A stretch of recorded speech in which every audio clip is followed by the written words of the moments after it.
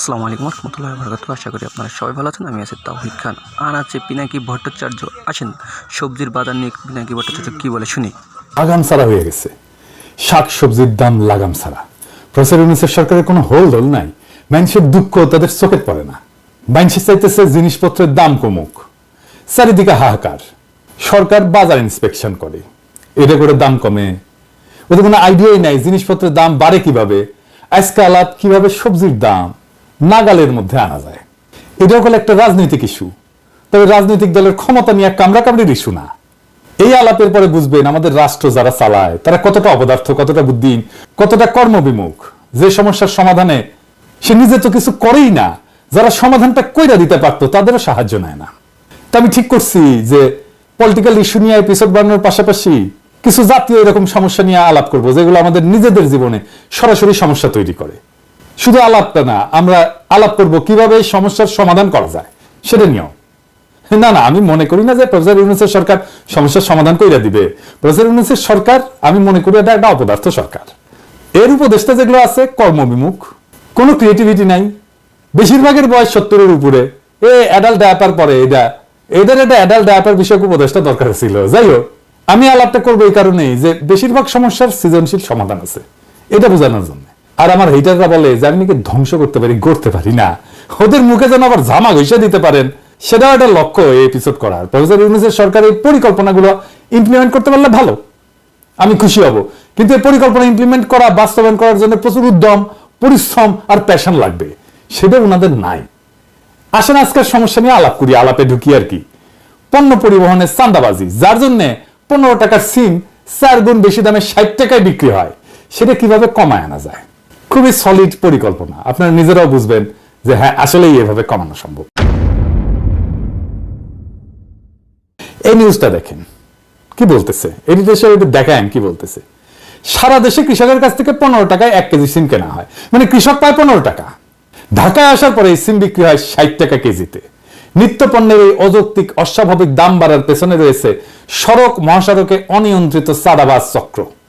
এছাড়া এর জন্য সিন্ডিকেটের দৌরাত্ম্যও দায়ী।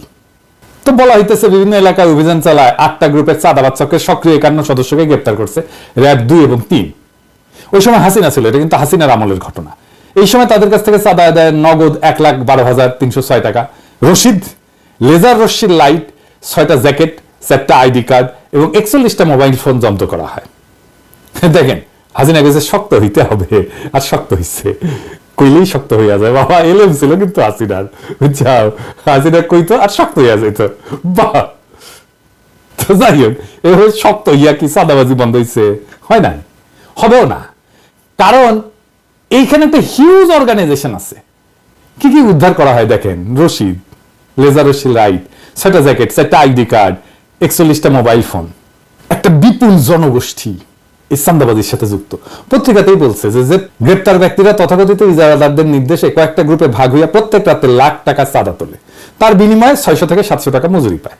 তাহলে এই চাঁদাবাজিতে একটা বিশাল আয় উপার্জন আছে। সেটা আপনি শক্ত হইবেন, 2 দিন বন্ধ থাকবে, তারপর আবার শুরু হবে, সরাই দেবেন, আবার চালু হবে। এটা আপনি থামাইতে পারবেন না।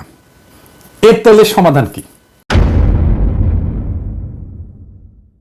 এর সমাধান আসলে কেউ করতে চায় নাই, তাই পারে নাই। ট্রেনে সবজি পরিবহন করবে, এটা পরিকল্পনা করেছিল প্রফেসর ইউনূসের সরকার। কেনকা দেখেন এদের মাথার মধ্যে যে কি আছে দেখা লাগবে আর কি। সবজি ট্রেনে প্রথম দিনে আয় হয়েছে 360 টাকা, লোকসান 9 লাখ টাকা। পরিকল্পনা করে, চিন্তা করেন কেনকা প্ল্যান করে এই বুড়া হাবড়া খাটাস গুলা, কেনকা প্ল্যান করে দেখেন। আগে আসেন দেখি, এই যে উত্তরবঙ্গের 15 টাকার সিম ঢাকায় কত দামে বিক্রি হওয়াটা ন্যায্য ছিল? উত্তরবঙ্গের একটা গ্রামে যদি সিমের দাম প্রত্যেক কেজি 15 টাকা হয়, তাইলে ঢাকায় ক্রেতার কাছে ন্যায্য মূল্যে বিক্রি করতে চাইলে কি কি খরচ বিবেচনা করতে? আমি খরচাগুলো নিচ্ছি সরকারের ট্রেনের সবজি সরবরাহের খরচা থেকে। পরিবহন খরচ, প্রত্যেক কেজি সবজি পরিবহনে 1 টাকা 30 পয়সা। তবে মাঠ থেকে স্টেশন এবং স্টেশন থেকে বাজার পর্যন্ত অতিরিক্ত পরিবহন খরচ এবং কুলি খরচ পরিবহন ব্যয় প্রত্যেক কেজি 3 টাকা হইতে পারে। 2 নাম্বার সংরক্ষণ প্যাকেজিং খরচ। সংরক্ষণ এবং প্যাকেজিং এর জন্য 1 টাকা খরচ হইতে পারে 1 কেজিতে। বাজারে নিয়ে আসছে, এটা নিয়ে আসার খরচ আছে। যদি দোকানে বেচে তাহলে দোকান ভাড়া, কর্মচারী বেতন, বিদ্যুৎ বিল, এগুলো বিবেচনা কেজি প্রতি 2 টাকা খরচ হইতে পারে। এই খরচগুলো যোগ করলে 15 সাথে 3, তার সাথে 1, তার সাথে 2 মিলে 21 টাকা। সাধারণত পাইকারি এবং খুচরা বিক্রেতারা মোট খরচের উপর একটা মুনাফা যোগ করে বিক্রি করে, তাই না? তো ধরা যাক মোট খরচের উপরে 20% মুনাফা যোগ করা হইল, তাইলে 4 টাকা 20 পয়সা হয় আর কি, 21 টাকার 20%। তাইলে ন্যায্য খুচরা মূল্য হবে 21 টাকা প্লাস 4 টাকা 20 পয়সা, মানে 25 টাকা 20 পয়সা। তার মানে ঢাকায় ক্রেতার কাছে সিমের ন্যায্য খুচরা মূল্য প্রত্যেক কেজি 25 থেকে 26 টাকার মধ্যে হওয়া উচিত। এটা যদি 30 টাকাও হয় তাও এখনকার অর্ধেক দামে নেমে আসে কিন্তু দাম।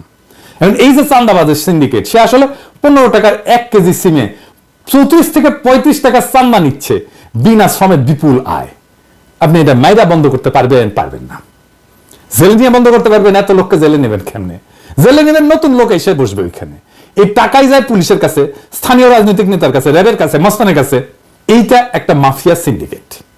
মাথায় রাখবেন, মাফিয়া সিন্ডিকেটের অপারেটিং কস্ট খুব হাই, এই জন্য নিষিদ্ধ মাদকের দাম বেশি হয়।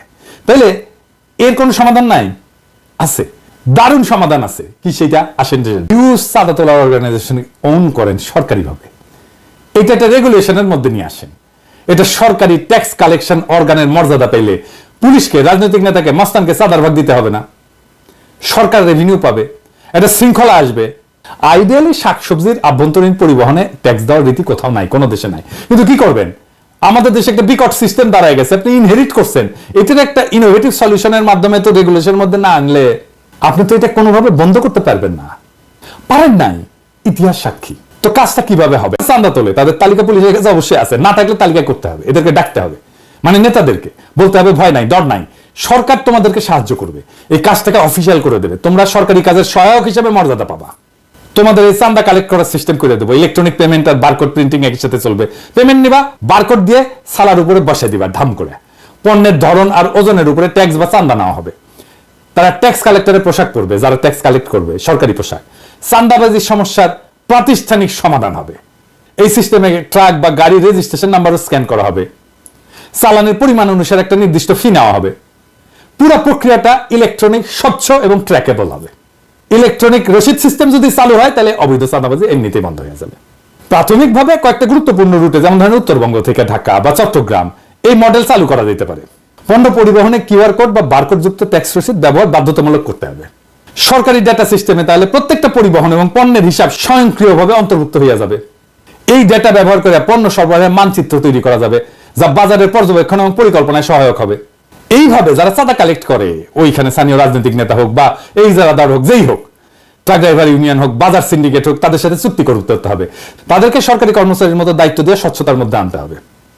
এবং এর মধ্যে দিয়ে একটা আধুনিক সাপ্লাই চেইন নেটওয়ার্ক তৈরি হবে, এবং যেখানে এই যে মধ্যস্থতাকারী যেগুলো, যারা মূল টাকাটা খেয়ে নেয়, তাদের সংখ্যা কমে যাবে। সরাসরি কৃষক থেকে ভোক্তার কাছে পণ্য পরিবহন হবে। এতে কি সুবিধা হবে? কার্যক্রম এটা বন্ধ হবে, রাজস্বটা সরকার পাবে। 1 কেজি সিমে এমনকি 5 টাকাও যদি চাঁদা নেয় বা ট্যাক্স নেয়, তাও সিমের দাম অর্ধেকে নেমে আসবে, 30 টাকায় নেমে আসবে। সরকারি সার্ভিস হয়, এটার জন্য, এটা চালানোর জন্য পুলিশ, মাস্তান, রাজনৈতিক নেতাদের চাঁদা দিতে হবে না, তাই অপারেশনের খরচা কমে যাবে।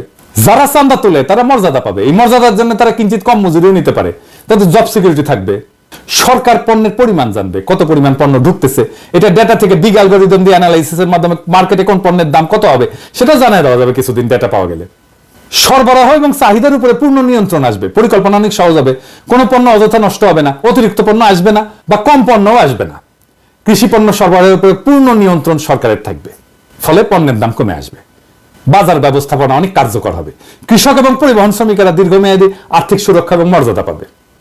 আমি পলিটিক্যাল অ্যানালিস্ট না, রাজনৈতিক বিশ্লেষক না, অনেকে বলে আমি বিশ্লেষণ করি না, আমি অ্যাক্টিভিস্ট।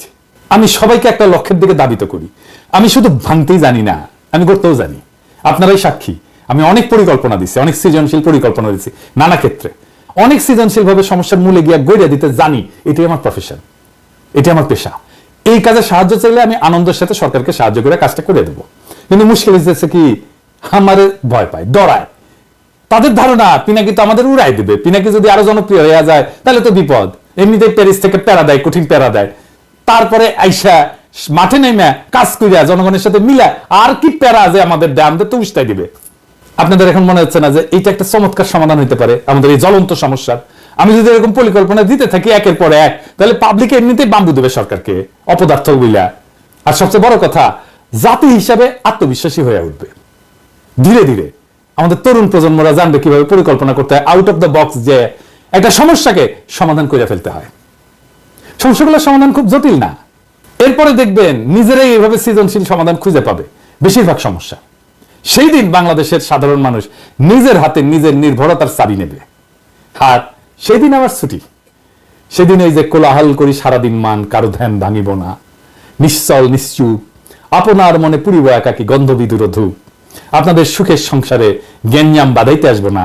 আমার নাম দিছে বিএনপির লোকেরা, আমি নাকি গ্যাঞ্জাম ভট্টাচার্য, আমি খালি গ্যাঞ্জাম করি। তবে আমি বাঙ্গু এলিটদের কাছে মূর্তিমান আপদ হিসেবে বিবেচিত হইলেও বাংলাদেশের সাধারণ মানুষ আমার কথা মনে রাখবে অনেকদিন।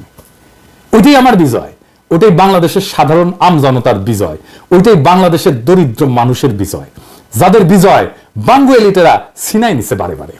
ওরা একদিন ঠিকই নিজের বিজয়কে নিজেই রক্ষা করতে পারবে। সেই দিন আমাদের মুক্তি। ইনকিলাব জিন্দাবাদ।